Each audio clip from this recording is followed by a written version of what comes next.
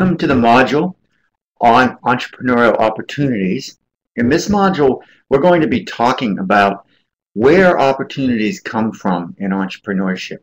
Overall, across the module, we'll talk about the different ways of different types of trends and demographic changes that lead to possible business opportunities that entrepreneurs can take advantage of.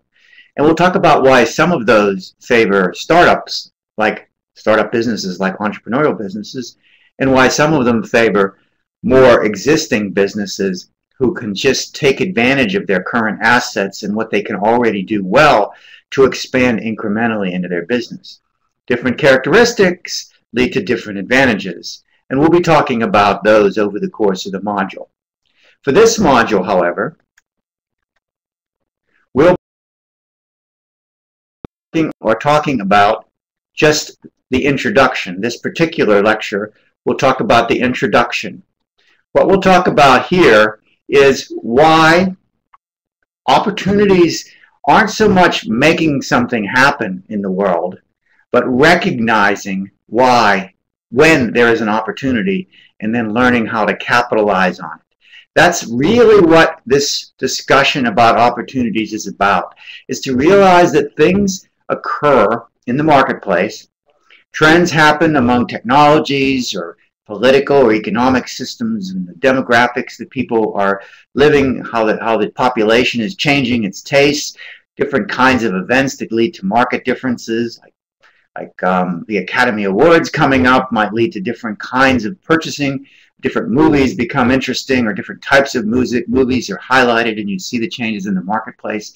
All of these, when you think about them and describe or plan or identify where these things might lead in the future, you might find yourself with an opportunity to work through.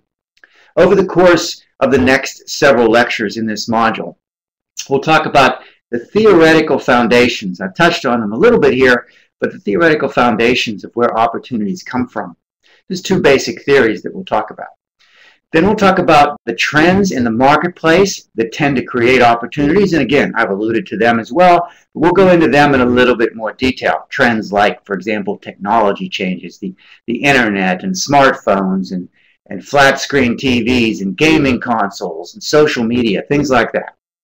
Then we'll talk about the marketplace dynamics themselves and how the changing market, whether something is newly launched or is relatively old and been around for quite a while, how that affects the opportunities for starting new companies. We'll talk about industries that are favorable to startups versus others. We'll focus deeply on the ones that favor existing companies. You don't want to go up against a General Motors or an Exxon if you can help it, unless you understand precisely what you're getting into. But the good news is certain industries, certain types of products, certain new types of developing markets favor startups, small and nimble companies like a startup venture. And those are the ones we'll focus on and discuss as well. And then we'll recap how you look at opportunities once you've identified them, how you look at them, think about them, and then plan your next move. Decide whether to commit yourself wholeheartedly to starting a business, investing the next 5 to 10 years of your life to making something exciting happen, but also accepting some of the risk associated with that. On the next lecture, we'll dive a little bit more into some of the theoretical background, the foundations of where this opportunity comes from and why entrepreneurship as an enterprise exists at all. So we'll see you there. Next, we'll talk about theoretical foundations.